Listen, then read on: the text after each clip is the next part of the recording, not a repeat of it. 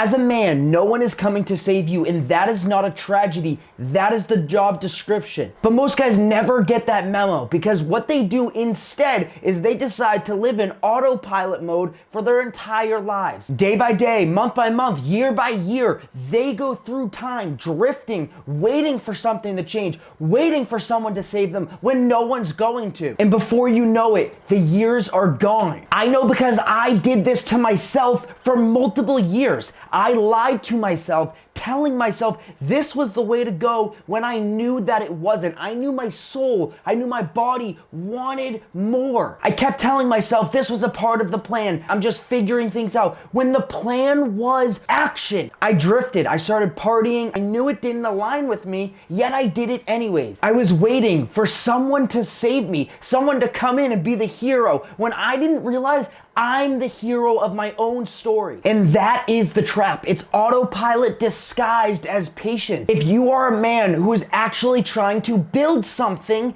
there is no option for autopilot. Now, here's what Wait looks like in real life. Wait looks like the guy that says he's gonna start his fitness journey after work slows down. Wait looks like the guy that's had an idea for a business for the last 2 years, but he just needs to learn more. Wait looks like people that are just putting fucking stupid excuses in front of what they think is possible because they don't wanna fail. They don't wanna feel the failure from other people or themselves. It looks like scrolling for an hour just to start the task that they said they were gonna do. Watching other guys and saying, why does it look so easy for them? Autopilot is dangerous because it is comfortable. Because here's what autopilot actually is. It's outsourcing what you think is possible for yourself. It's saying, I am not in charge of my motivation, my discipline, and what I'm really capable of. It's saying, oh, everything is because of my circumstances. Nothing is because I did that. The second you do that, you have lost. Nobody who built something waited for the perfect moment. They acted, and then after they acted, they then went back and fixed the things that they needed to fix. When I got into coaching, I thought the hardest part was going to be finding people who wanted to change. No, that was actually the easiest part, because everyone wants to change. The hardest part is watching people fold at the finish line. I've had guys go through the entire process, watch the content, fill out a form, book a call, and then we get to the call and then it's over. They have every excuse in the book. The finances aren't right. They need to ask their significant other. They don't feel like they're confident enough to do this. And when I have these situations happen, I'm not even mad about it because I know what it's like to be on that side.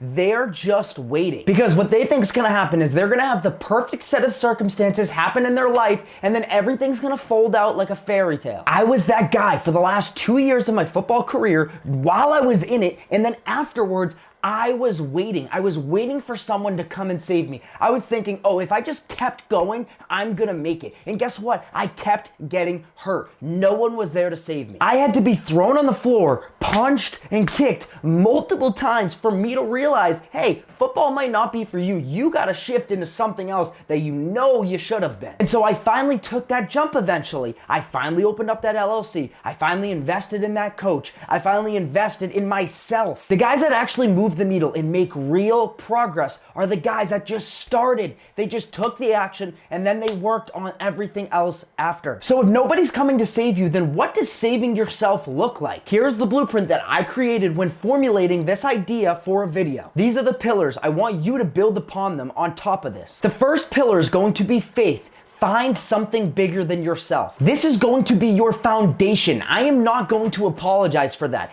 Every man needs an anchor. Something that will hold true when the motivation fades, when the training is hard, and when life just sucks, because sometimes it just does. For me, that's my faith. And I am not here to tell you exactly what that looks like for you. I am here to tell you that that matters, because a man with no anchor will drift. I have seen it firsthand. Find it, build it, and report to it daily, because the days where you think everything is going wrong, because those days will come, that is going to be the only thing that holds true. Number 2, a physical North Star. Pick one thing physically, not just, oh, I want to get in shape. That's a wish, not a North Star. I am talking something specific here. Using the SMART goal acronym, get specific with what you want to do physically. Find the virtues and the characteristics that you are going to strive for. For me, it's becoming a high-level performer and CrossFit athlete. That one thing organizes every training decision that I make. This tells me what to eat, how to recover, and how to show up for my training even when it sucks. Without a North Star, you are just working out and you're mindlessly going in there and you know you're not getting the most out of it.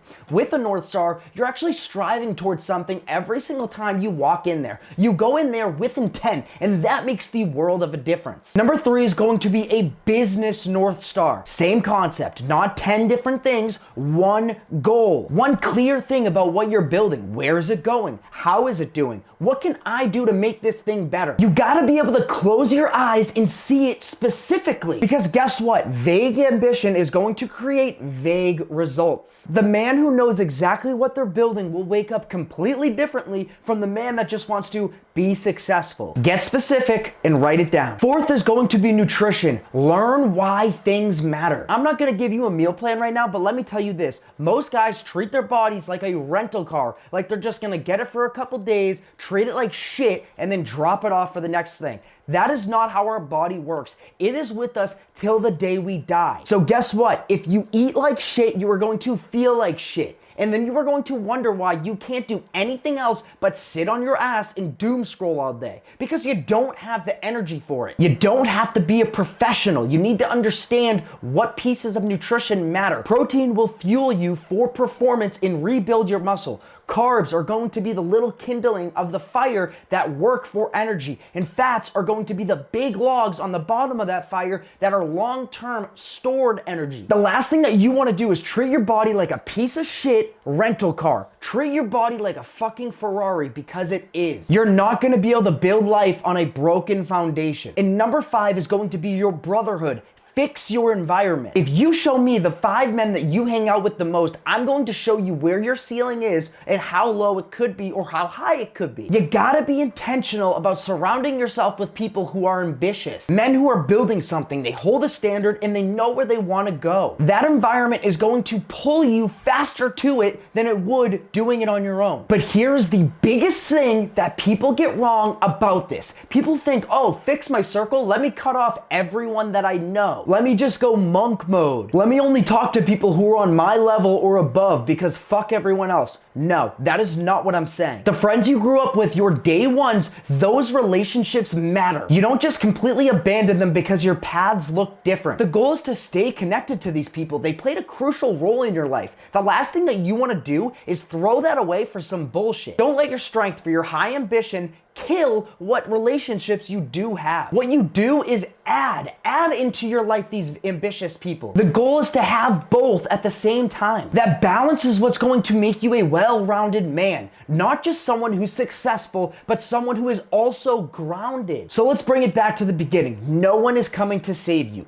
No coach, no significant other, no friend, no one. No perfect sign from the universe. And as a man, you have to take responsibility with that. Let's be completely honest. The guys that are winning right now are not more talented than you. They just figured out that no one's saving them. They put an extremely high amount of effort in and hard work for days, weeks, months, and even years to get what they wanted. They used those 5 pillars: faith, a physical North Star, a business North Star, their nutrition, and a brotherhood to keep them as well-rounded as humanly possible. That's the blueprint. But the reality is that no one's coming to save you. So you gotta make this decision right now. You are the only one that can make this decision. So what are you gonna do? If you're watching this and you're a guy that's been drifting, they just can't figure it out, and they feel like their time is slipping away from them, this is the sign to change. Drop any comments, hit me up on Instagram DMs if you want to talk about any of this. I'm willing to talk and help you out. Also, if you want to apply to my coaching in the link in the description, feel free.